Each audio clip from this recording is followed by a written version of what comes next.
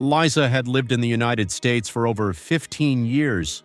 Born and raised in the Philippines, she came to America chasing opportunity, dignity, and a future built on hard work. She wasn't loud and she wasn't flashy, but she was strong. Liza had gone through the struggles many immigrants face, learning a new language, working long hours, and dealing with silent judgment from those who thought she didn't belong. But through it all, she rose. She earned her degree, built her confidence, and eventually married Daniel, a kind, driven man who happened to be the CEO of a rising luxury handbag empire. That day, Liza was just planning a surprise visit to Daniel's store. She wore casual clothes, no makeup, and a calm smile. She wasn't there to impress anyone. She just wanted to walk in and tell him how proud she was. But when she stepped into the boutique, she felt the chill instantly.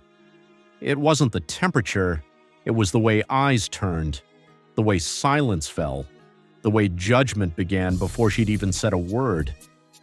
The store clerk, Veronica, was the type who judged people at first glance. Tall, blonde, and dressed in designer labels from head to toe, she prided herself on protecting the brand from what she considered the wrong kind of customers. When she saw Liza walking through the glass doors, her smile vanished. She didn't greet her. She didn't ask if she needed help.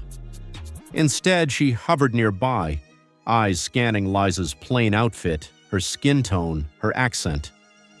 "Can I help you?" she finally asked, voice cold. Liza responded kindly, saying her husband had asked her to stop by. Veronica's expression turned smug. "Ma'am, this is a luxury boutique. Our items here are not for browsing. They start at $15,000. Liza's heart sank. She knew this tone.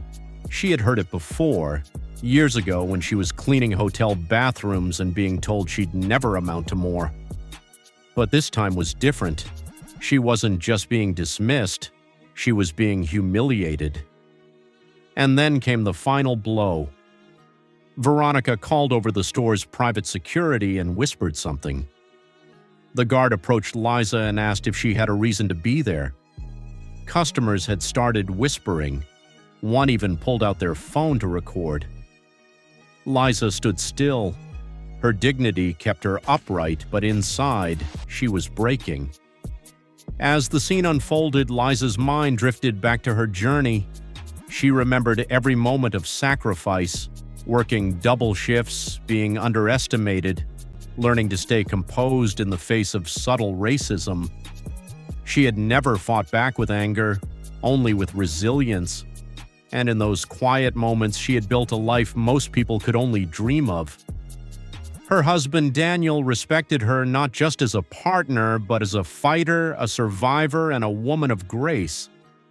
She didn't need to scream to be powerful. But now, standing in that boutique surrounded by judgment and whispers, she began to question if any of it had truly changed. Then, as if destiny had timed it perfectly, the doors opened again, and in walked Daniel. Tall, sharp, and confident. He was coming straight from a board meeting, unaware of what was happening.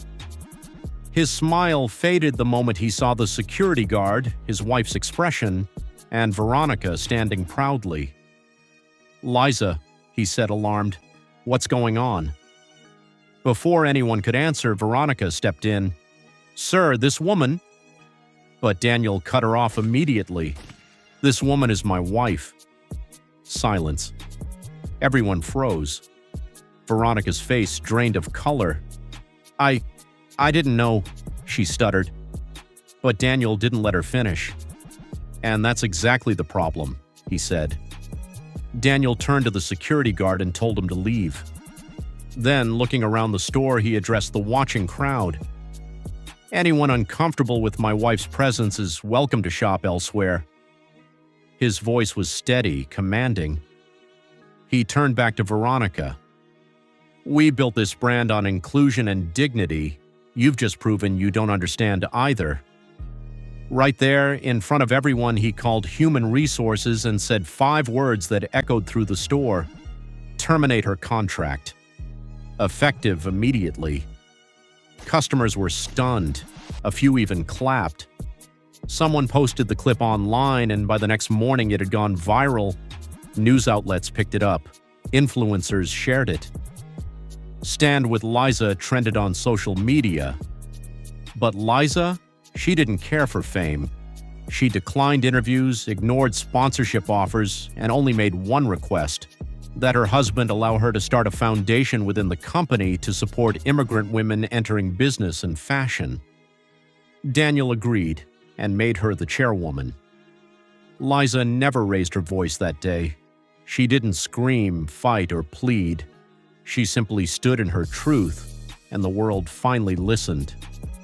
Not because she demanded attention, but because her silence carried more power than their noise ever could.